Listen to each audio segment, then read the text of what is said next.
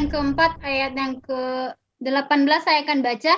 Sebab sekalipun tidak ada dasar untuk berharap, namun Abraham berharap juga dan percaya bahwa ia akan menjadi bapa banyak bangsa menurut yang telah difirmankan. Demikianlah banyaknya nanti keturunanmu. Nah, ini adalah sebuah harapan yang sudah lama dinantikan oleh Abraham ketika Tuhan berfirman bahwa engkau akan menjadi bapa bagi banyak bangsa, ya, bagi bangsa yang besar, dan keturunanmu akan memenuhi bumi.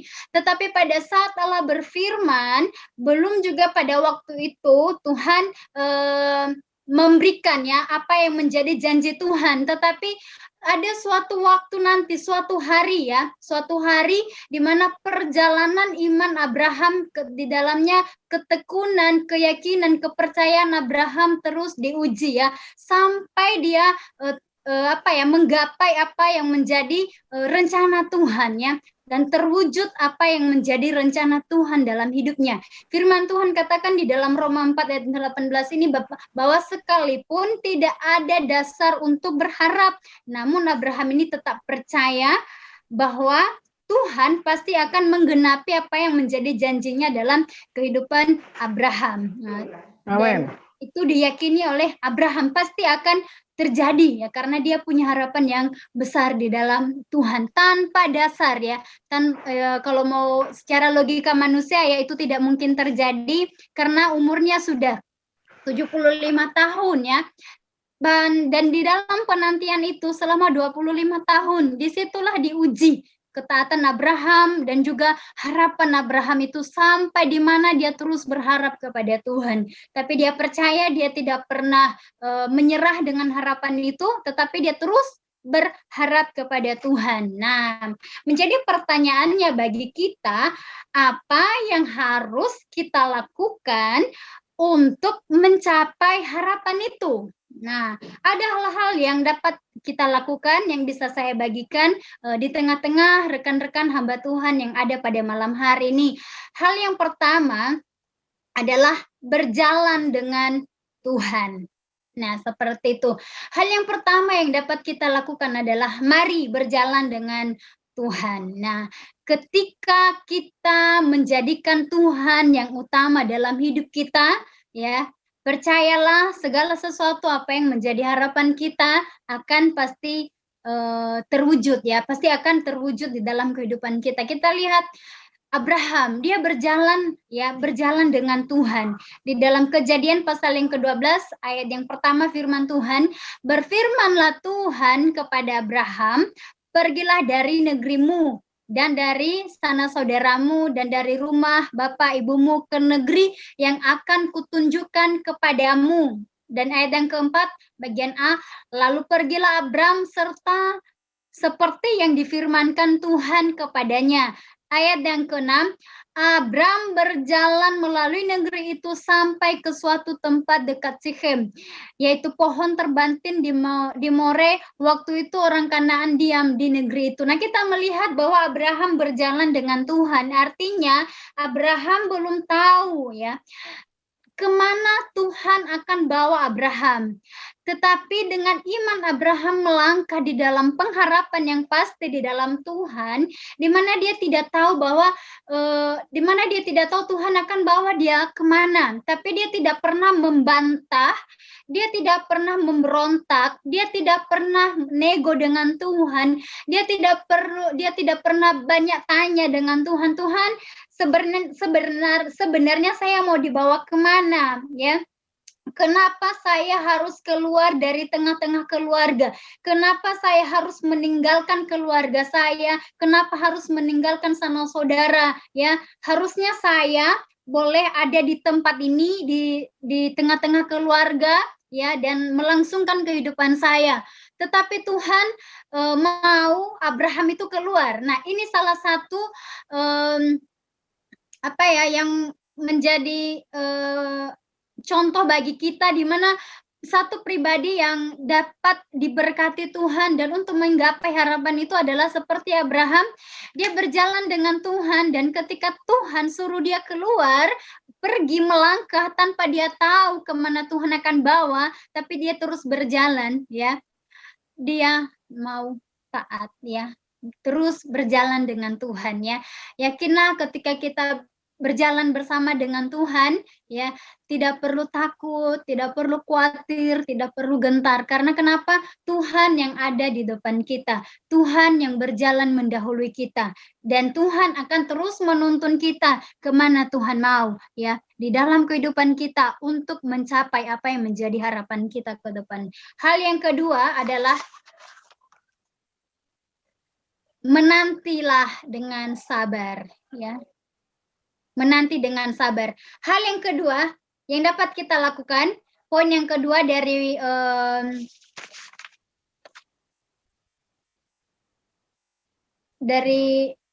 hal yang pertama, yaitu menanti dengan sabar ya.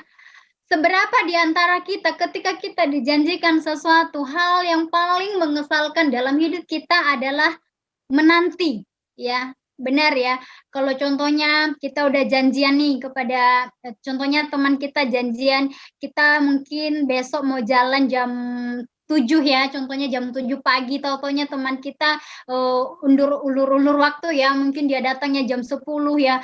Ya, disitulah mulai timbul ya kejengkelan di dalam hati kita ya. Kita tidak sabar menantikan itu. Tetapi firman Tuhan katakan untuk menggapai apa yang menjadi harapan itu, hal yang kedua yang dapat kita lakukan adalah mari kita sabar menanti. Memang menanti bukan hal yang gampang, tetapi firman Tuhan mengajar kita untuk tetap bersabar di dalam penantian itu untuk menggapai apa yang menjadi harapan kita ya. Di dalam Ibrani pasal yang ke-6 ayat yang ke-15 saya akan baca.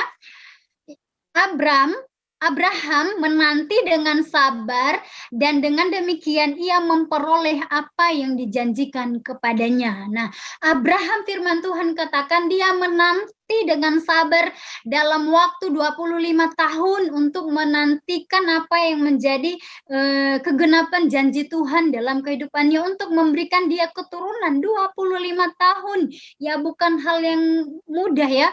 Bukan juga waktu yang singkat, begitu lama sekali ya. Saya sudah menjadi pengerja di Tabanan sudah 5 tahun ya. Bagi saya itu bukan hal yang gampang ya. Campur aduk, ada suka dukanya, bahkan juga kadangkala ada rasa bosannya, ada kadangkala ingin nyerah dengan keadaan yang sekarang ini.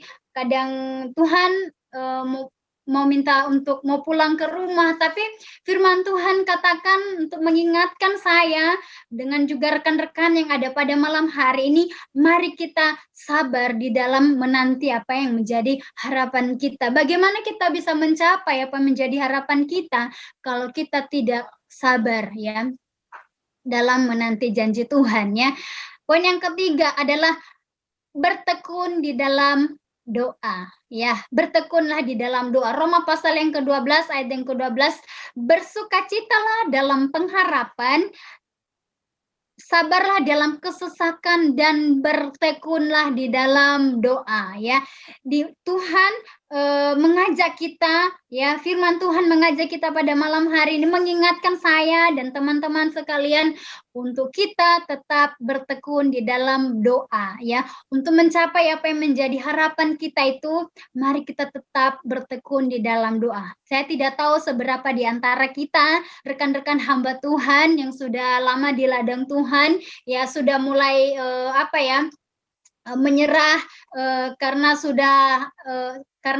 udah banyak doa-doa ya, pergumulan yang sudah dinaikkan kepada Tuhan selama ini, tapi kok sampai hari ini belum ada jawaban dari apa yang sedang kita doakan.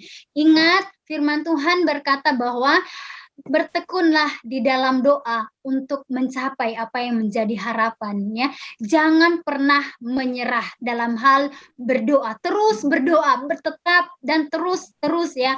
Bertekunlah di dalam doa sampai sesuatu terjadi dalam hidup kita. Sampai kita menggapai, sampai kita memperoleh apa yang menjadi harapan kita.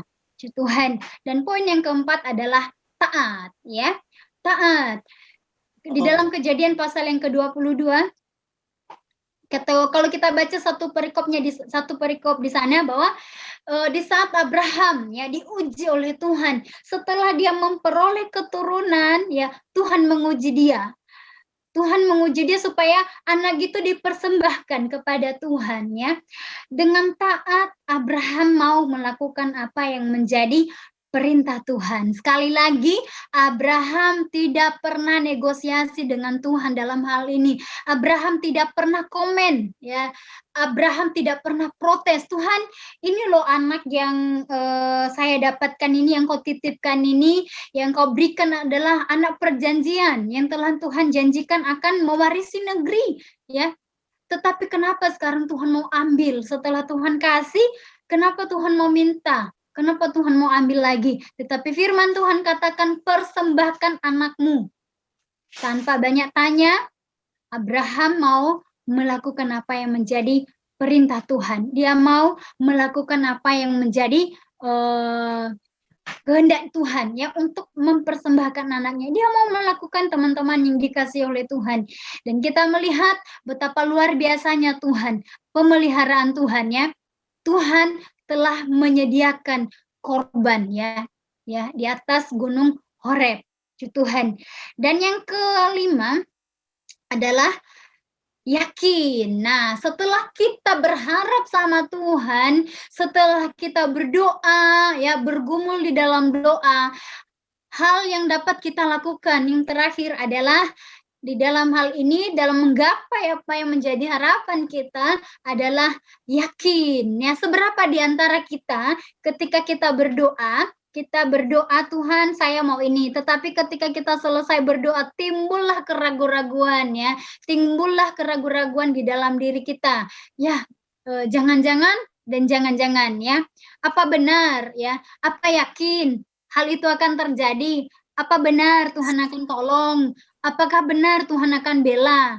Ya, firman Tuhan katakan yakin ya, ketika kita berdoa, ketika kita berharap ya, ketika kita bertekun ya untuk menggapai apa yang menjadi harapan kita itu, ya kita juga harus yakin dong sama Tuhan, yakin dengan setiap doa-doa yang kita naikkan di dalam Yakobus pasal yang kelima ayat yang ke-16b, firman Tuhan, doa orang yang benar bila dengan yakin didoakan sangat besar kuasanya. Saya yakin dan percaya doa-doa ini ya menjadi jembatan bagi kita untuk menggapai apa yang menjadi harapan kita. Kita percaya bahwa doa ini sangat besar kuasanya dalam kehidupan kita.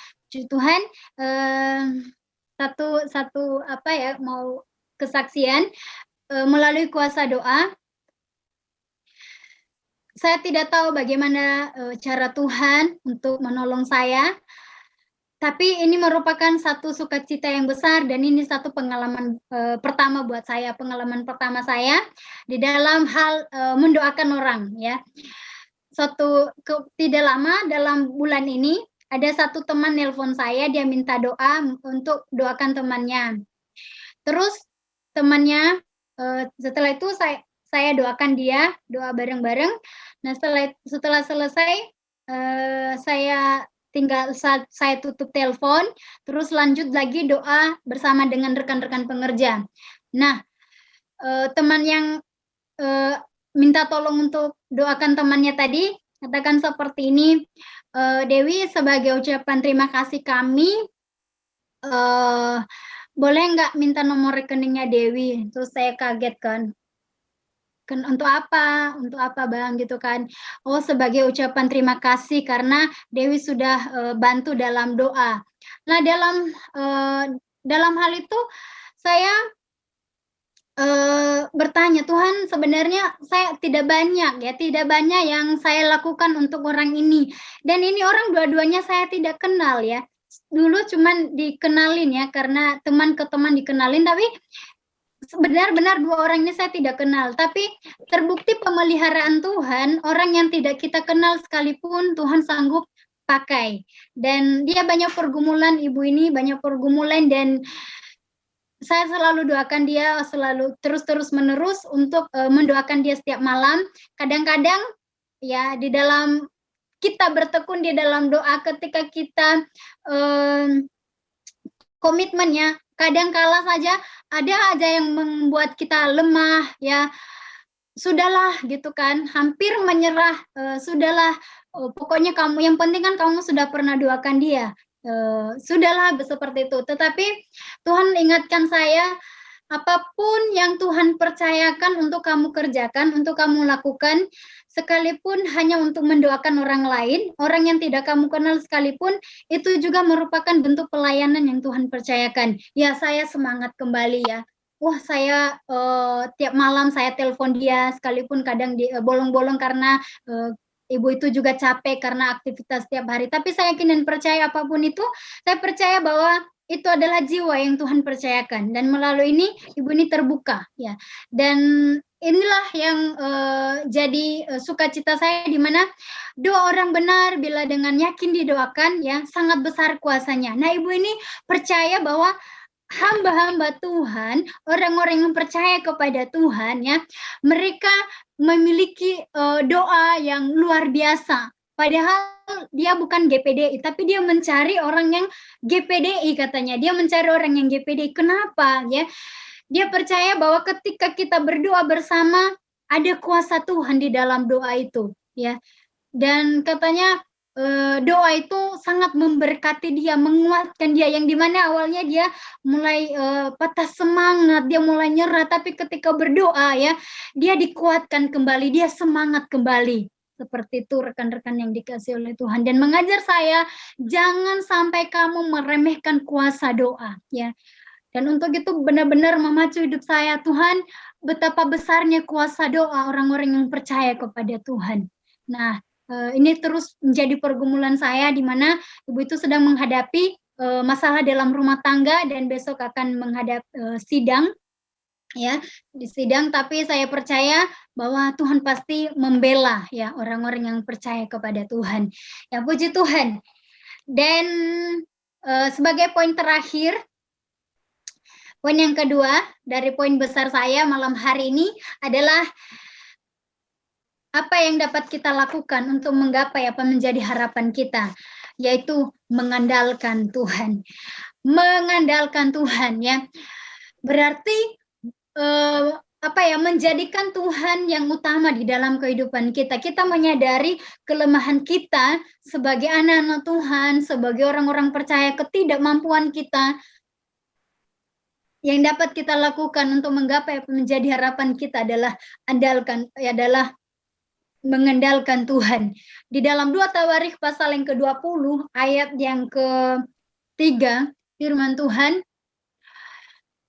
Yosafat menjadi takut, lalu ia mengambil keputusan untuk mencari Tuhan, untuk menyerukan kepada seluruh Yehuda supaya berpuasa. Yang dapat dilakukan adalah mengandalkan Tuhan. Yosafat tahu bahwa mereka tidak mampu melawan bangsa Bani Amon ya dan Bani Moab ya. Mereka tahu tidak seberapa kekuatan mereka ya.